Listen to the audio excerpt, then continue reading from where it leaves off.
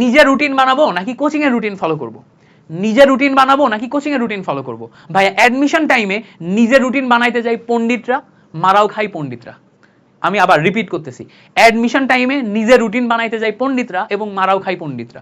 তুমি আমার মতো যদি পণ্ডিতগিরি করতে চাও, আমি অ্যাডমিশন টাইমে নিজের রুটিন বানায় পড়তে যেয়ে পণ্ডিতগিরি করছি এবং আমি বড় ধরনের মারা খাইছি।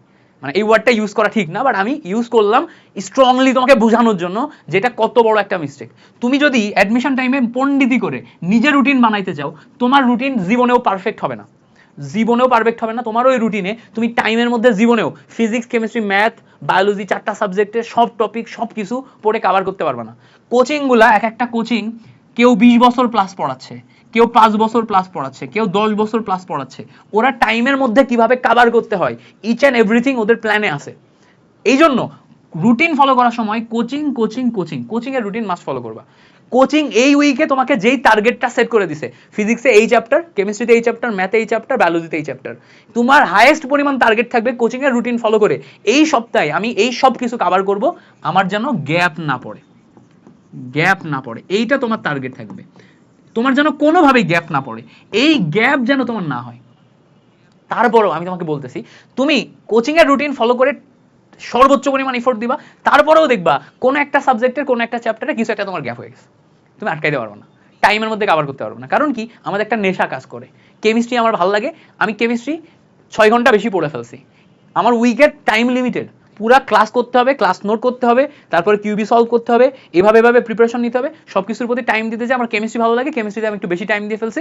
বায়োলজিতে আমার টাইম কম হয়ে গেছে, বায়োলজিতে টাইম কম হয়ে গেছে, এই জন্য কি হয়েছে, বায়োলজিতে যেহেতু টাইম কম হয়েছে, বায়োলজিতে কয়েকটা টপিক আমি কভার করতে পারি নাই।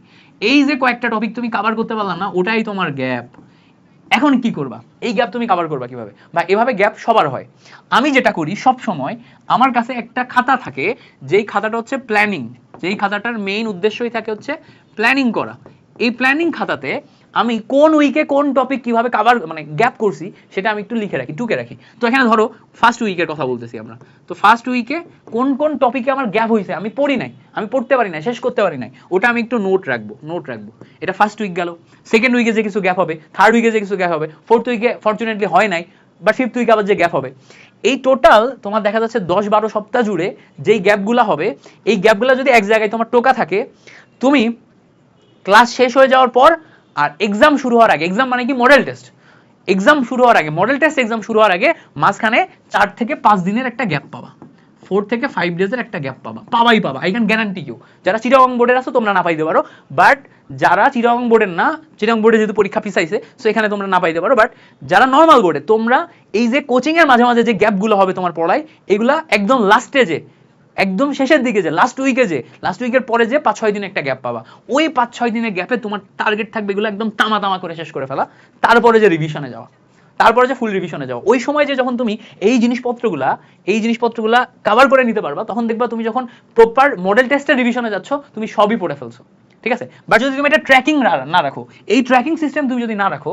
যে কোন উইকে আমার কি কি গ্যাপ হয়েছে, কোন উইকে আমার কি কি গ্যাপ হয়েছে, এই ট্র্যাকিং সিস্টেম তোমার মাথার মধ্যে যদি না থাকে, তাহলে ওই 4-5 দিন যে দেখবা তুমি এক্সস্টেড লাগতেছে, তোমার কোনো প্ল্যান নাই, তোমার কি করতে হবে এরকম মাথার মধ্যে কোনো কিছু নাই, এক্সস্টেড ফিল হচ্ছে, মনে হচ্ছে অনেক বেশি এক্সস্টেড, দেখবা যে এই কয়েকদিন তুমি ঘুরে বেড়াইছো, এই কয়েকদিন তুমি টাইম ওয়েস্ট করছো, এই কয়েকদিন তুমি পড়োই নাই, কিচ্ছু করো নাই। এটা হয়, এরকম হয়, প্রিভিয়াস এক্সপিরিয়েন্স থেকে বলতেছি, বারবার আমাদের স্টুডেন্টরা এগুলা করে, আমিও এগুলা করছি। সো এই জায়গাতে যে তোমাকে একটা ট্র্যাকিং সিস্টেম রাখতে হবে, যাতে ওই টাইম পাইলেই তুমি ওই ট্র্যাকিং সিস্টেমের গ্যাপগুলো কভার করে ফেলতে পারো। ওকে।